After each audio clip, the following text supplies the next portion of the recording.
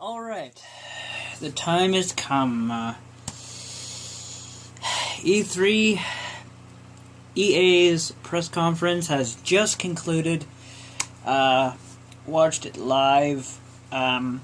So worth it. They showcased a lot of cool stuff. I'm not going to talk about the sports, because I don't really care about sports. But first thing I want to talk about, the first game that they showcased was Titanfall 2, and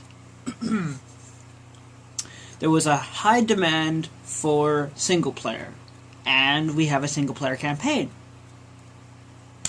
And, of course, we have multiplayer. And we got to look at Battlefield 1, which looks really, really cool. And then we saw Mass Effect Andromeda. And then we saw Star Wars, the new Star Wars game by Visceral. We didn't see very much. It was just sort of tossed together. But it was cool just the same. And you can go stream it now. I just streamed it live. It was so worth it. I got up at like 10 o'clock in the morning to see this conference, and there's another one tonight.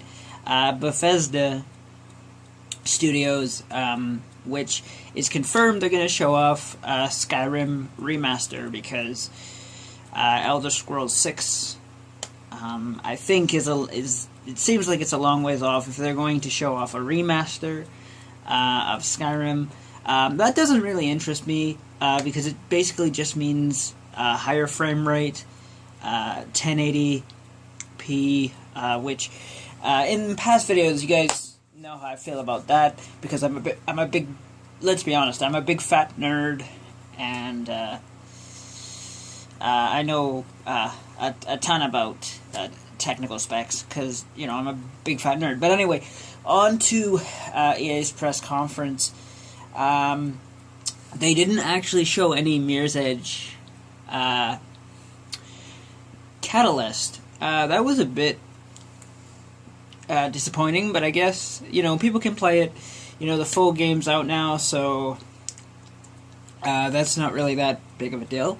And then we saw like a Star Wars game from Visceral and Respawn, and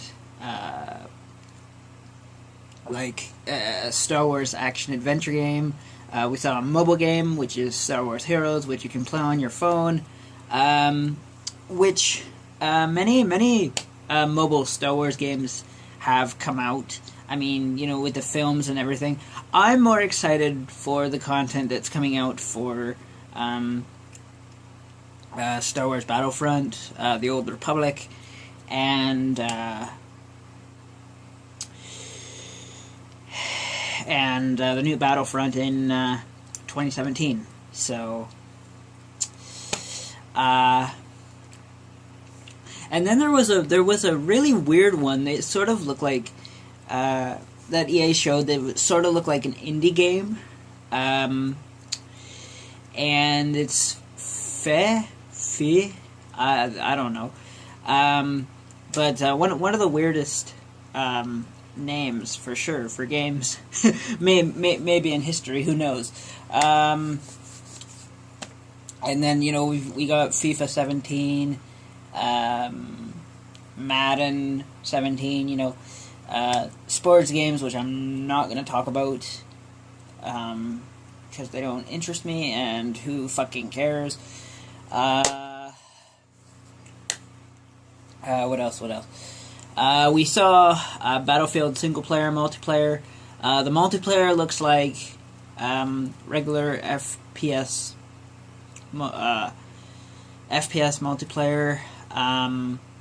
The single-player campaign looks fun, I'm not going to lie. I never actually played the original Battlefield. but I have played the Battlefields in the past. This campaign actually looks fun. It actually looks better than Infinite Warfare's campaign, because Infinity Ward and Treyarch are shelling out Call of Duty games every single year. I sort of wish that they would do what Ubisoft is doing and taking a break from the COD series and kind of revive it, bring it back to its roots. But we won't see an Assassin's Creed game, of course, because they're not making one this year. But we will see one next year. So, continuing on with this year, next we have Bethesda's press conference, which I really want to see Dishonored 2, more of Dishonored 2, which is actually confirmed, and then, of course, the Skyrim remaster is confirmed, and maybe something, maybe a new Fallout or something. Here's hoping.